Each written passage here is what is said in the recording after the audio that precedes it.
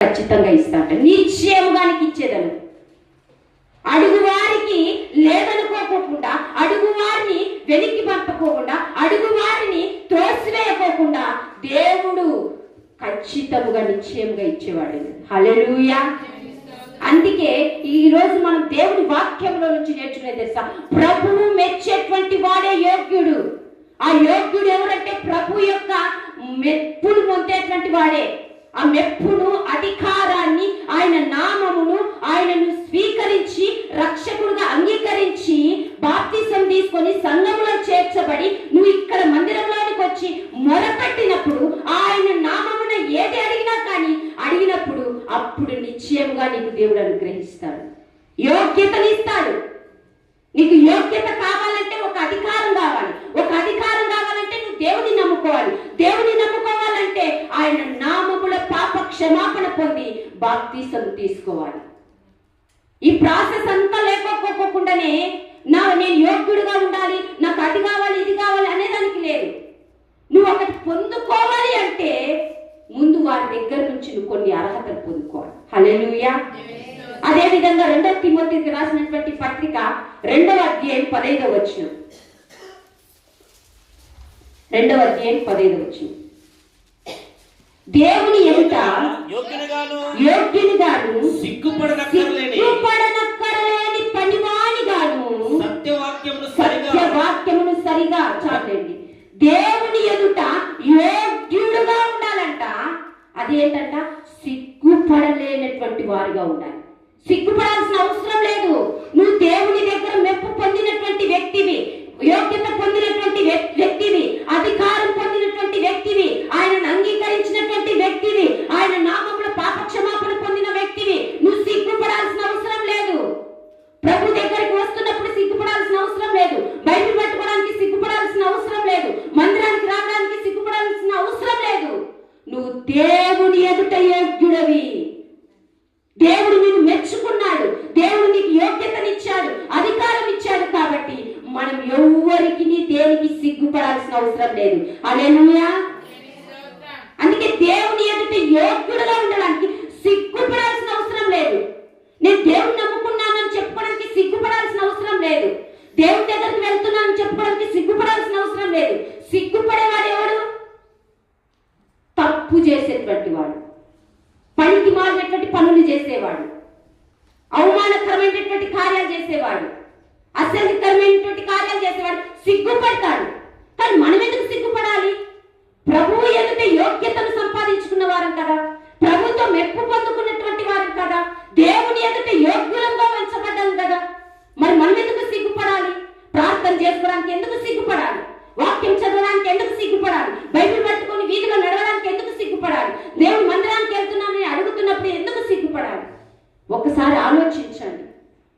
నువ్వు దేవుని ఎదుట సిగ్గుపడనటువంటి పనివాడిగా ఉండాలంటే, ఆయన ప్రత్యక్షమైనటువంటి సింహాసనం ఎదుట నువ్వు యోగ్యుడుగా ఉండాలంటే ఆయన ఎదుట సిగ్గుపడాల్సిన అవసరం లేదు.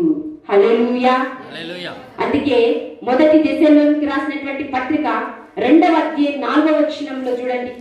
అపోస్తలుడైన పౌలు దశలోనికి రాసినటువంటి పత్రికతో చెప్తున్నటువంటి మాట 2వ అధ్యాయం 4వ వచనం. 1 దశలోనికి రాసిన పత్రిక 2:4. చూడండి, సువార్త మాకు అప్పగించుటకు. చూడండి, అపోస్తలుడైన పౌలు గారు దశలోనిక పత్రికకు రాస్తున్నటువంటి మాట చూడండి. అక్కడ రాస్తున్నాడు, ఏమంటున్నాడు తెలుసా? సువార్త మాకు అప్పగించబడింది, అప్పగించుటకు యోగ్యులమని దేవుని వలన ఎంచబడిన వారమై. చాలు. చూడండి, మాకు ఒక పని అప్పగించబడింది. ఈ పని అప్పగించుటలో మేము యోగ్యులము, అప్పగించుటకు యోగ్యులమని దేవుని వలన ఎంచబడ్డాము. మనుషుల వలన మేము ఎంచబడలేదు. మనుషులు మమ్మల్ని ఎంచుకోలేదు. మనుషులు మమ్మల్ని పిలవలేదు. మనుషులు మమ్మల్ని సేవకులు చేయలేదు. మనుషులు మాకు ఒక మందిరం కట్టించి ఇవ్వలేదు. కానీ మనుషుల వలనమైతే కాదు, కానీ దేవుని వలన అప్పగించబడిన యోగ్యత. దేవుడు మాకు ఒక యోగ్యతను అప్పగించాడు. ఏంటి ఆ యోగ్యత అంటే? సువార్త ప్రకటించడం. అది యోగ్యత అని మేము అంగీకరించాము, యోగ్యత అని మేము తలంచుకుంటున్నాము. అయితే మేము మనుషులను సంతోష పెట్టే వారంగా కాదు, కానీ దేవుని సంతోష పెట్టే వారంగా ఉన్నామంటున్నాడు. హల్లెలూయా.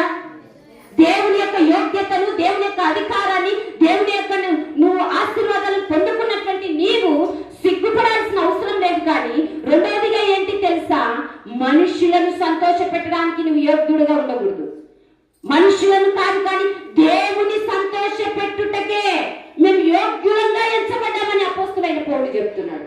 ఈ రోజు నీతో దేవుడు మాట్లాడుతున్నాడు. నువ్వు ఎవరిని సంతోష పెట్టాలని, ఎవరిని ఆనందపరచాలని, ఎవరు నీకు చూపించుకోవాలని నీ యోగ్యతను కనపరుస్తున్నావు.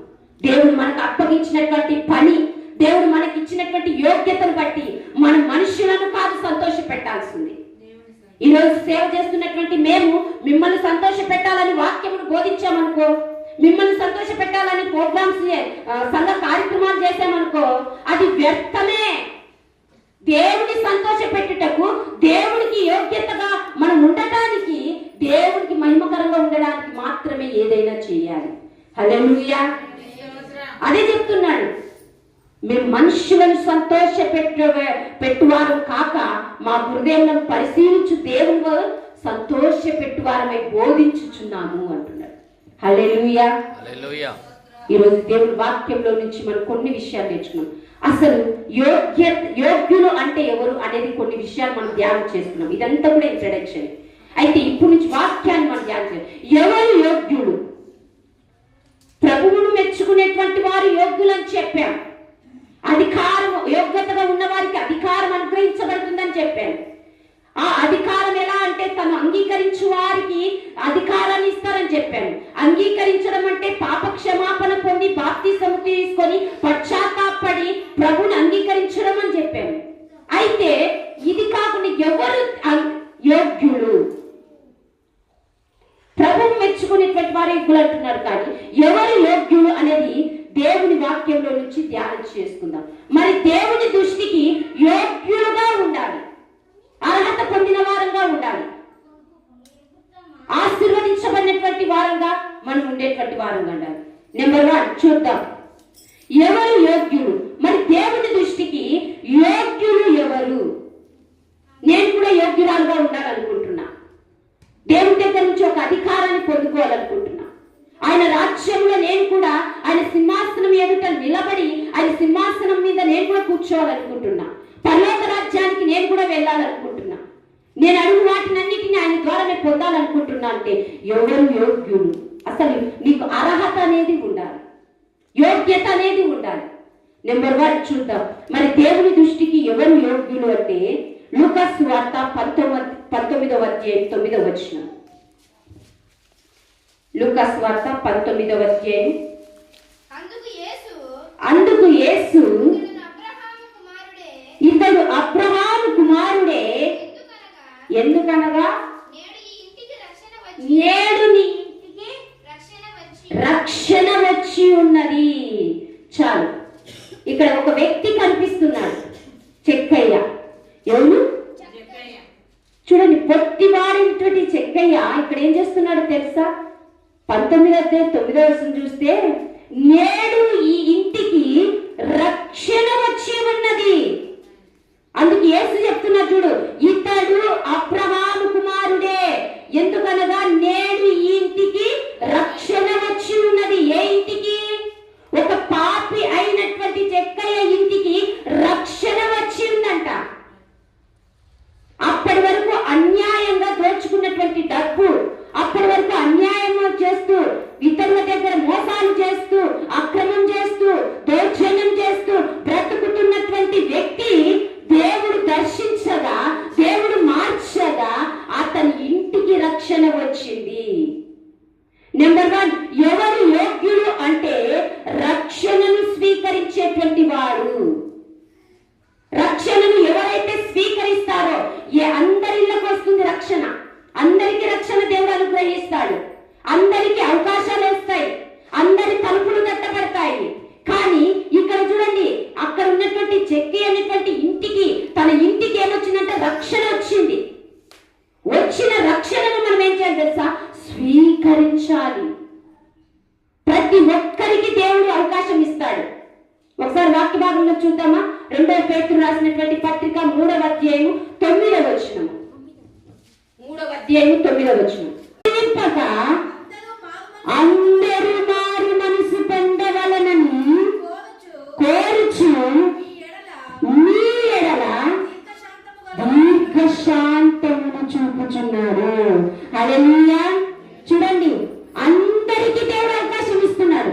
అందరూ మారాలని, అందరూ మారు మనసు పొందాలని, అందరూ పరలోకం వెళ్ళాలని, అందరూ కూడా దేవునితోనే ఉండాలనేసి కోరుకుంటున్నాడు. కానీ అవకాశం ఇస్తున్నారు. కానీ ఇక్కడ ఏమనుకుంటున్నారు తెలుసా? దేవుడు ఎక్కడ ఉండాలిలే, పరలోకం ఎక్కడుందిలే, చచ్చిపోతే ఎక్కడికి పోతాంలే, చనిపోతే ఏందోలే అని అనుకుంటూ ఆలస్యం చేస్తున్నారు. ఇంకా వయసు ఉంది కదా, ఇంకా యవన కాలమే కదా. యవన కాలం ఏం చేయాలి? తినాలి, తాగాలి, సుఖించాలి, ఆనందించాలి కదా. ఇంకా యవన కాలం అయిపోతుంది, మధ్య వయసు వస్తుంది. ఇంకా నాకు 30 ఏళ్ళే కదా, ఇంకా 40 ఏళ్ళే కదా, ఇంకా కొన్ని రోజులు ఉందిలే, రక్షణ మళ్ళా తీసుకుందాంలే, మళ్ళా చచ్చిపోదాంలే, మళ్ళా దేవుడా దేవుడా దేవుడా అని స్మరణ చేద్దాంలే, ఇప్పుడే ఏంలే అనుకుంటూ ఏం చేస్తానో తెలుసా? కాలం వెళ్ళగొచ్చుతూ సమయాన్ని వేస్ట్ చేస్తూ ఆలస్యం చేస్తున్నారు. ఇప్పుడేమో బాప్తిసం తీసుకుంటాము, ఇంకా సమయం ఉందిలే, ఇప్పుడే చర్చికి పోతాము, ఇంకా ముసలోళ్ళు అయినాక పోదాంలే, కాలు చేతులు పడిపోయినాక, లేకపోతే కొంచెం అనారోగ్యంతో లేదు. కానీ అందరికంటే అక్కడ అంటున్నారు చూడండి, కొందరు ఆలస్యం ఎంచుకుంటున్నారు, కానీ ఆలస్యం చేస్తున్నారు. కానీ అందరూ అంతటా మారు మనసు పొందవలనని మీ పట్ల దేవుడు ఏం చేస్తున్నాడు తెలుసా? దీర్ఘశాంతము కలిగి ఉన్నాడు. నీకు అవకాశం ఇస్తున్నాడు. ఈ రోజు కాకపోయినా రేపైనా నువ్వు బాప్తిసం తీసుకుంటావు, రక్షణ పొందుతావని. రేపు కాకపోయినా ఎల్లుండైనా రక్షణ పొందుతావని, నా దగ్గరకు వస్తావని దేవుడు ఎదురు చూస్తూ నీ పట్ల ఏం చేస్తున్నాడు తెలుసా? దీర్ఘశాంతం వహిస్తాడు. ఎన్నిసార్లు తప్పులు చేసినా, ఎన్ని పాపాలు చేసినా, ఎన్నిసార్లు దేవుని దూషించినా కానీ, దేవుని అవమానపరిచినా కానీ ఆయన నీ పట్ల దీర్ఘశాంతాన్ని చూపిస్తానే ఉంటాడు. ఈ రోజు కాకపోయినా రేపైనా రేపైనా రేపైనా రేపైనా. కానీ ఇక్కడ ఎవరు యోగ్యులో తెలుసా? రక్షణను స్వీకరించేటువంటి వాడు. దేవుడు ఇస్తున్నప్పుడు, దేవుడు బోధించబడుతున్నప్పుడు దేవుని వాక్యాన్ని, ఆ రక్షణ వాక్యాన్ని స్వీకరించాలి, రక్షకుడిని స్వీకరించాలి. అయ్యా నువ్వు నాకు రక్షకుడు అయ్యా, రక్షకుడైన దేవా నా హృదయంలోనికి రండయ్యా, నేను నిన్ను స్వీకరిస్తున్నానని ఎవరైతే రక్షకుని ఇంటిలోనికి ఆహ్వానిస్తారో, ఎవరైతే రక్షకునికి హృదయంలోనికి ఆహ్వానిస్తారో, ఎవరైతే ఇంటి వారి యొక్క గృహంలోనికి కుటుంబాలను ఆహ్వానిస్తారో, వారి యొక్క కుటుంబం వ్యక్తి కూడా ఏమైంటారు తెలుసా? యోగ్యులు అవుతారు. వ్యక్తి చెప్పండి కదా, హల్లెలూయా. నీ రక్షణను స్వీకరించుకోకుండా యోగ్యతలను పొందుకోలేదు, యోగ్యుడుగా ఉండలేదు. దేవుడు రక్షణ నీకు ఇస్తున్నాడు. అందుకే ఎబ్రీయులకు రాసిన పత్రిక 1వ అధ్యాయం 3వ వచనంలో చెప్తుంది, ఇంత గొప్ప రక్షణను నీవు నిర్లక్ష్యము చేసిన ఎడల ఎలాగ తప్పించుకోదు. ఈ రోజు నువ్వు రక్షణను స్వీకరించుకోకుండా, ఈ రోజు రక్షణను అంగీకరించుకోకుండా, ఈ రోజు రక్షణను నువ్వు చేర్చుకోకుండా, రక్షకుడైనటువంటి యేసుని హృదయంలో చేర్చుకోకుండా ఉంటే, నిర్లక్ష్యం చేస్తే ఎలాగ తప్పించుకుంటావు? ఏంది? అగ్నిగుండము, నరకము, పాతాళము. ఎలా తప్పించుకుంటావు? నువ్వు రక్షణ లేకపోకుండా పరలోకానికి పోవాలంటే అది ఇంపాసిబుల్, జరగని పని. నువ్వు రక్షణను స్వీకరించినట్లయితే, రక్షకుని హృదయంలో చేర్చుకున్నట్లయితే, రక్షకుని కుటుంబంలో చేర్చుకున్నట్లయితే నువ్వు తప్పించబడతావు నిత్య నరకం నుండి. లూకాసు వార్తలో ఇందాక చదివినటువంటి వ్యక్తి చాలా పాపాత్ముడు, అన్యాయస్తుడు. దౌర్జన్యంగా రూపాయి పన్ను తీసుకోవాల్సినటువంటి వ్యక్తి దగ్గర 4 రూపాయలు తీసుకునేవాడు, దౌర్జన్యం చేస్తూ ఉండేటువంటి వాడు. అలాంటి వ్యక్తి యేసయ్య మార్గంలో వెళుతూ ఉంటే ఆయనను చూడాలని కోరుకున్నాడు. ఆయనను చూసి ఆ మార్గమధ్యంలోకి వెళుతూ ఉంటే చూశాడంతే. పాపి అయినటువంటి చెక్కయ్యను యేసు చూసి ఏమన్నాడు తెలుసా? చెక్కయ్యా, చెట్టు దిగి రాయ్యా, నేను మీ ఇంటికి వస్తానయ్యా అన్నప్పుడు, అయ్యా మా ఇంటికి ఎందుకు వస్తావయ్యా, నువ్వు మా ఇంటికి రావద్దు నువ్వు వెళ్ళిపో అని అనలేదు. కానీ ఏమన్నాడో తెలుసా? సంతోషంగా పరుగున చెట్టు మీద ఉన్నటువంటి ఆ పొట్టివాడైనటువంటి చెక్కయ్య పరుగున దిగి ఏం చేశాడు తెలుసా? యేసయ్యను తన ఇంటిలో చేర్చుకున్నాడు. గట్టిగా చెప్పండి కదా, హల్లెలూయా. ఈ రోజు యేసయ్య కూడా నీకు కనిపిస్తుంది.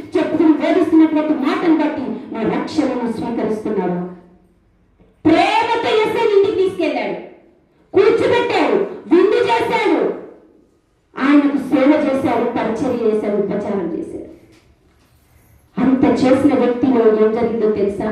రక్షణ కార్యం జరిగింది. కాళ్ళ మీద పడ్డాడు ప్రభు పాదాల మీద. అయ్యా నన్ను క్షమించయ్యా, అన్యాయంగా ప్రజల దగ్గర నేను దోచుకున్నాను, అన్యాయంగా పనులు వస్తువులు చేశాను, నన్ను క్షమించు.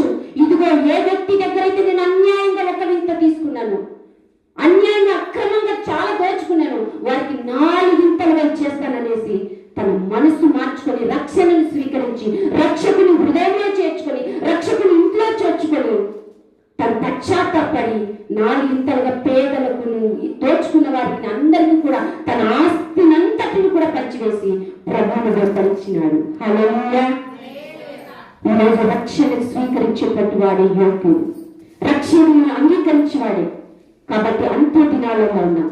నువ్వు ఇంకా రక్షించకపోతే ఎప్పుడు ప్రమాదం వస్తుందో తెలియదు, ఎప్పుడు మరణం వస్తుందో తెలియదు, మనం ఎప్పుడు చనిపోతామో తెలియదు, ఎప్పుడు మన ఆయుష్ ఆవిరైపోతుందో తెలియదు.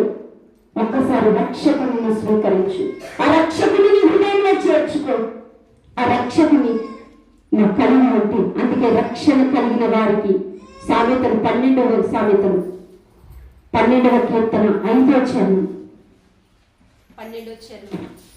12వ సామెత కీర్తనలు 12వ కీర్తన 5వ చరణం చదువు.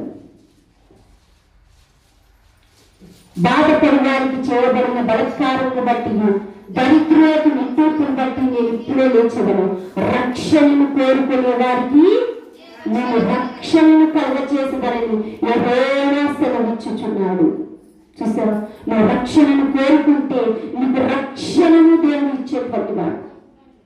అందుకే మత్తయి సువార్త 1:21 ఉంది, ఆయన యేసు అని పేరు పెట్టనంట. తన ప్రజల యొక్క పాపముల నుండి, శాపముల నుండి, దరిద్రత నుండి, వారికి ఉన్న బలహీనత నుంచి విడిపించుటకు రక్షకుడు జన్మించను. ఆయనకు యేసు అని పేరు పెట్టుమా. యేసు అంటే అర్థం ఏంటి? రక్షకుడు. నువ్వు ఈరోజు రక్షణ కోరుకుంటే కీర్తన సెలవిచ్చినట్టుగా రక్షణను కోరుకునేటువంటి వారికంట నేను రక్షణను కలుగజేసేదను. ఇది ఎవరు చెప్తున్నా తెలుసా? యెహోవా సెలవిచ్చుచున్నాడు. నేను నిన్ను రక్షించాలని కోరుకుంటున్నావా? నేను రక్షిస్తాను. నీకు పాపము నుంటే, శాపము నుంటే, బలహీనత నుంచా, రోగం నుంచా, నీకున్నటువంటి సమస్తమైనటువంటి సమస్యల నుండే దేని నుంచి అయినా రక్షించగలిగినటువంటి సమర్థుడు, రక్షణ కర్త ఎవరంటే మన ప్రభు అయినటువంటి యేసే. హల్లెలూయా. ఈ రోజైనా రక్షణను స్వీకరించండి. దేవుడు నీకు పరలోకంలో ఉండే యోగ్యతను దేవుడు అనుగ్రహిస్తాడు. రెండోది చూద్దాం, ఎవరు యోగ్యులంటే రెండోదిగా మత్తయి సువార్త 8వ అధ్యాయం 10వ వచనం. 10వ అధ్యాయం 8వ వచనం. యేసు ఈ మాట విని ఆశ్చర్యపడి వెంట వచ్చుచున్న వారిని చూచి ఇశ్రాయేలులో ఎవరికైనా నేనింత విశ్వాసం ఉన్నట్టు చూడలేదని నిశ్చయముగా మీతో చెప్పుచున్నాను. హల్లెలూయా. రెండోది తెలుసా? ఎవరు యోగ్యులంటే, ఎవరు యోగ్యతను పొందుకునేటువంటి వారంటే, ఎవరు పరలోకంలో జీవకిరీటమును పొందుకునేటువంటి యోగ్యులు అంటే రెండవదిగా గొప్ప విశ్వాసం ఉన్నవాడు. గొప్ప విశ్వాసం, మామూలు విశ్వాసం కాదండి. ఇక్కడ శతాధిపతి అయినటువంటి వ్యక్తి ఒకడు ఉన్నాడు. ఏమంటున్నాడు తెలుసా? తన సేవకులలో ఒక సేవకునికి బాగలేకపోతే యేసు ప్రభు దగ్గరికి వెళ్ళాడు. అయ్యా ఫలానా చోటనయ్యా నా సేవకుడయ్యా, నా దాసుడయ్యా బలహీనతతో ఉన్నాడు, లేచి నడిచి వచ్చేదానికి కూడా శక్తి లేదు, మంచంలో పడిపోయి ఉన్నాడయ్యా, ఒక్కసారి నీ మాట సెలవిస్తే చాలయ్యా అతడు లేచి కూర్చుంటాడు అంటున్నాడు. ఎంత విశ్వాసమో చూడండి. మనమైతే ఏమంటాం తెలుసా? పాస్టర్ గారు నువ్వు రావాలి, పాస్టర్ గారు వచ్చి చేయి పెడితేనే, ప్రార్థన చేస్తేనే, వచ్చి ప్రార్థన చేసిపోతేనే. మంచంలో ఎవరైనా ఉన్నారంటే పాస్టరే రావాలి. ఈ విశ్వాసం ఎట్లా తెలుసా? పాస్టర్ వచ్చే విశ్వాసం. ఈ విశ్వాసం ఎట్లా తెలుసా? పాస్టర్ వచ్చి చేయి పెడితేనే బాగవుతుంది. కానీ ఇక్కడ అట్టనడం లేదు. ఎక్కడో ఉన్నటువంటి వ్యక్తికి నువ్వు మాత్రం మాట సెలవిస్తే చాలు అతడు బాగుపడతాడయ్యా. అప్పుడు యేసు ప్రభు ఆశ్చర్యపోతున్నాడు. ఇంత విశ్వాసం ఇశ్రాయేలు ప్రజలు. ఇశ్రాయేలు అంటే వాళ్ళు చాలా గొప్ప దృఢమైనటువంటి బలమైనటువంటి విశ్వాసం కలిగిన వారు. కానీ అలాంటి వారితో ఇతను పోలుస్తున్నాడు. ఇంత విశ్వాసం నేను ఇశ్రాయేలు ప్రజలలో కూడా చూడలేదే, నువ్వు ఇంత విశ్వాసంగా అడుగుతున్నావు చూడు అంటున్నాడు. నిజంగా గొప్ప విశ్వాసాన్ని మనం కలిగి ఉండాలి. మనిషి వచ్చి ప్రార్థన చేస్తే కాదు, సెల్లో ప్రార్థన చేసినా కానీ దేవుడు స్వస్థపరుస్తాడు. లేకపోతే ఇక్కడ మందిరంలో ఉంటే ఎక్కడ ఉన్న వ్యక్తికి ఒక మాట, ఒక చిన్న మాట ప్రార్థన చేస్తే చాలు బాగా జరుగుతుంది, నా సమస్యలు పోతాయి అనేటువంటి గొప్ప విశ్వాసాన్ని మనం కలిగి ఉండాలి. అందుకే ఇంగ్లీష్ బైబిల్ ఎందుకు తెలుసా? గ్రేట్ ఫెయిత్ అంట. గొప్ప విశ్వాసం, గ్రేట్ ఫెయిత్. అంత గొప్ప విశ్వాసం నిజంగా మనం విశ్వాసం కలిగి ఉన్నామా? చర్చికి వస్తున్నాం కానీ ఏదన్నా చిన్న కష్టము, రోగము, బాధ వచ్చిందనుకో ఫోన్ కొడతాం, పాస్టర్ గారు ప్రార్థన చేయండి. మనకు విశ్వాసం ఉండదు. ఎవరో విశ్వాసం మీద, ఎవరో ప్రార్థన మీద, ఎవరో మీద మనం ఏం చేస్తాం తెలుసా? ఆధారపడతా ఉంటాం, డిపెండ్ అవుతా ఉంటాం. వాళ్ళు చేస్తే బాగవుతారు, వాళ్ళు వచ్చి చేపెడితే బాగవుతుంది. ఇది విశ్వాసం అంటారా? అందుకే దేవుని వాక్యం ఉంది కదా, ఆవగింజంత విశ్వాసం ఉంటే అంట కొండను పెక్కిలించచ్చంట, కదిలించచ్చంట. అసలు ఆవగింజ కనపడుతుందా? ఒకవేళ నేను ఆవగింజ తెచ్చి చూపించిన, ఇదిగో ఆవగింజ అంటే కనపడుతుంది అసలు? అంత విశ్వాసం ఉంటే చాలంట కొండను కూడా ఏమైతారంట? పెక్కిలించామంట, పెక్కిలించబడుతుందంట. హల్లెలూయా. అంత గొప్ప విశ్వాసాన్ని, ఈ శతాధిపతి విశ్వాసాన్ని కలిగి ఉన్నట్టుగా మనం కూడా గొప్ప విశ్వాసం కలిగి ఉంటాం.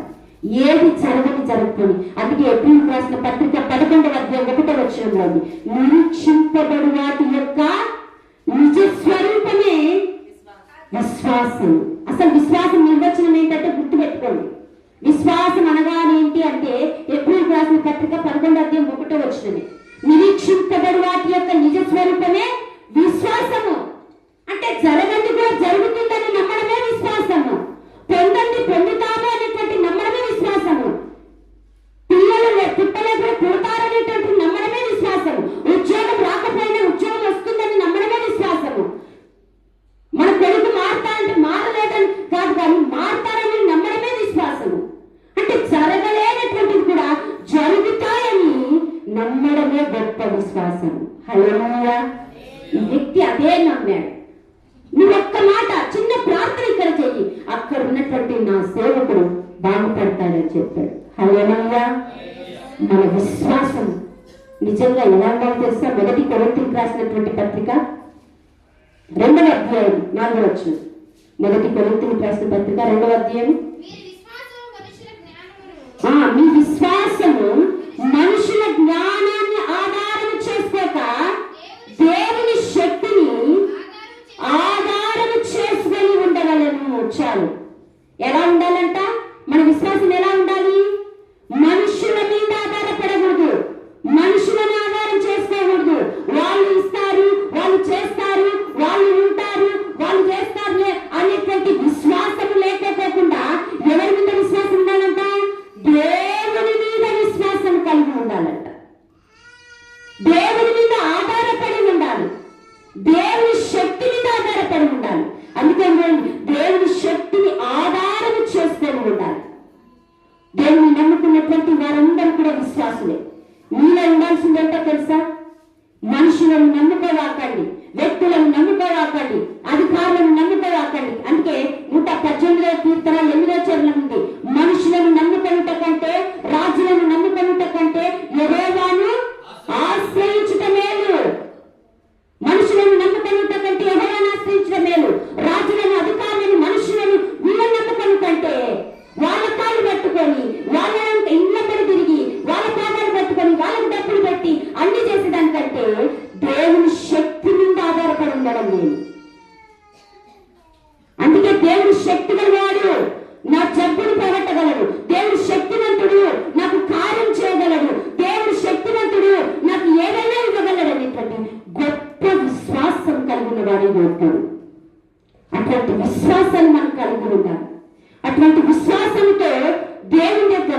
మనం పోరాడాలి. బైబిల్లో ఒక వ్యక్తి ఉన్నాడు, ఎంత విశ్వాసమో తెలుసా? రోమపత్రిక 4వ అధ్యాయం వాక్య భాగంలో నుంచి చూద్దాం. మాటలతో కాదు కానీ వాక్యాలను మనం రుజువు చేసుకున్నట్లయితే ఎంతో బలపడతాం. 4వ అధ్యాయం 19వ వచనం. ఎంత గొప్ప విశ్వాసం కలిగినటువంటి వ్యక్తి. ఈ వ్యక్తిని బట్టి నిజంగా మనం చాలా విషయాలు నేర్చుకోవాలి. 4వ అధ్యాయం 19వ వచనం. రోమపత్రిక 4వ అధ్యాయం 19వ వచనం. మరియు అతడు విశ్వాసమునందు బలహీనుడు కాకపోకుండా రమారని 3 వయస్సు గలవాడై ఉండి అప్పటికి తన శరీరము మృతతుల్యమైనట్టును శార గర్భము మృతతుల్యమైనట్టును ఆలోచించను. కానీ చాలు, అక్కడంతా మనం మళ్ళీ ధ్యానం చేసుకున్నాం. చూడండి, అబ్రహాము అనేటువంటి వ్యక్తి అంట విశ్వాసమును బట్టి విశ్వాసమునందు బలహీనుడు కాలేదంట. అప్పటికి పిల్లలు లేరు ఆయనకు. దేవుడేమో వాగ్దానం చేశాడు, అబ్రహాము నీకు సంతానాన్ని ఇస్తానయ్యా, నీకు చక్కటి కుమారుని ఇస్తానయ్యా, ఆకాశ నక్షత్రముల వలె ఇసుక రేణుల వలె నీకు సంతానం కలుగుతుందని చెప్పాడు. 10 సంవత్సరాలైంది, గర్భం లేదు. 15 సంవత్సరాలైంది, గర్భం లేదు. 20 సంవత్సరాలైంది, గర్భం లేదు. 25 సంవత్సరాలైంది, గర్భం లేదు. కానీ సంవత్సరాలు గడుస్తున్నాయి గడుస్తున్నాయి గడుస్తున్నాయి గడుస్తున్నాయి కానీ దేవుడు ఇస్తాను ఇస్తాను ఇస్తానని చెప్తున్నాడు. కానీ క్షార గర్భం ఎలా ఉందంట? మృతతుల్యమైందంట, ముసలి అయిపోయింది, జీవం లేనటువంటిదిగా అయిపోయింది. 90 ఏళ్ళ శారాన్ని పిల్లలు పుడతారంట చెప్పండి. కానీ అబ్రహాం అంట విశ్వాసమునందు బలహీనుడు కాలేదంట. ఇంక ఏమిస్తాడులే దేవుడు, ఇంక ఏం చేస్తాడులే దేవుడు, నా భార్య కూడా ఎట్లయిపోయిందో, నడుమంగిపోయింది, మోకాలు అరిగిపోయినాయి, కనడానికి శక్తి లేదు, కూర్చోడానికి శక్తి లేదు, అలాంటి ఆమెకు ఎక్కడ పిల్లలు పుడతారులే అని బలహీనుడు కాకోకుండా రమారని ఎన్నేలంట 3 వయస్సు కలిగిన వాడైన. కానీ అప్పుడంట వాగ్దాన పుత్రుని బోధించిన అప్పుడు విశ్వాసం ఇంకా బలపడ్డాడంట. హల్లెలూయా. అందుకే అబ్రహాము ఏమంటారు తెలుసా? ఆయనకు ఒక మంచి పేరుంది, విశ్వాసులకు తండ్రి. విశ్వాసులకు తండ్రిగా అబ్రహామే. అబ్రహామే మనకు మాదిరి. అందుకే భయపడకండి. మృతతుల్యమైన, జీవము లేకపోయినా, ఆరోగ్యం క్షీణించిన, కుటుంబ సమస్యలు చేదాటిపోయినా, పరిస్థితులన్నీ చేదాటిపోయినా నువ్వు భయపడాల్సిన అవసరం లేదు. నువ్వు విశ్వాసాన్ని విడిచిపెట్టాల్సిన అవసరం లేదు. విశ్వాసాన్ని బలహీనులు కాకపోకుండా ఆ విశ్వాసాన్ని నీవు నిరీక్షణను, అందుకే ఎబ్రీ పత్రిక 12వ అధ్యాయంలో కదా, విశ్వాసమునకు కర్త అయినటువంటి దేవుని వైపు చూచుచు నేను గురి ఎత్తుగా పరిగెత్తాను. అబ్రహాము లాగా విశ్వాసము కలిగి విశ్వాసానికి కర్త అయినటువంటి దేవుని వైపు చూస్తూ మనం ముందుకు వెళ్ళాలి. మనుషులు చెప్పచ్చు జరగదని, వైద్యులు చెప్పచ్చు నీకు జరగదని, అధికారులు చెప్పచ్చు, ఎవరైనా చెప్పచ్చు, కానీ నువ్వు మాత్రం విశ్వాసానికి కర్త అయిన దేవుని వైపు చూడు. 3 ఏళ్ల వయసు వచ్చింది, శారాకు 90 సంవత్సరాలు వచ్చాయి. ఒకరోజు స్వప్నమందు వచ్చి దేవుడు ఇస్సాకును వారికి బహుమానంగా గర్భాన్ని తెరిచి, మృతతుల్యమైనటువంటి, పనికి రానటువంటి, ఉపయోగం లేనటువంటి ఆ శరీరానికి జీవాన్నిచ్చి, శక్తినిచ్చి, గర్భం తెచ్చి ఒక చక్కని కుమారుని ఇచ్చాడు. హల్లెలూయా. వాగ్దాన పుత్రుడు ఇస్సాకు, ఆయన సంతానమే ఈ రోజు తరతరాలుగా ఆశీర్వదించబడతాము. చూసారా, మన విశ్వాసాలను ఎప్పుడు కూడా కొనసాగించుకోవాలి. గొప్ప విశ్వాసం కలిగి ఉండాలి. చిన్న చిన్న వాటికి విశ్వాసం కాదండి, పెద్ద పెద్ద వాటికి, పెద్ద సమస్యలు వచ్చినప్పుడు, దగ్గు వచ్చే దగ్గు పోతుందిలే, అటువంటి చిన్న చిన్న విశ్వాసం కాదు మీరు కలిగి ఉండాల్సింది. పెద్ద సమస్యలు, ఇంకా నువ్వు చచ్చిపోతావు రేపు వారంలో అన్నాగా అనుకోండి, అప్పుడు ఏం చేయాలి తెలుసా? అప్పుడు నీకు గొప్ప విశ్వాసమా, సచ్చు విశ్వాసమా, బలహీన విశ్వాసమా, బలమైన విశ్వాసం అనేది అప్పుడే తెలుస్తుంది. అబ్రహాం కూడా పరిశీలించారు తెలుసా? 100 ఏళ్లకు కొడుకునిస్తే, చక్కని కొడుకునిస్తే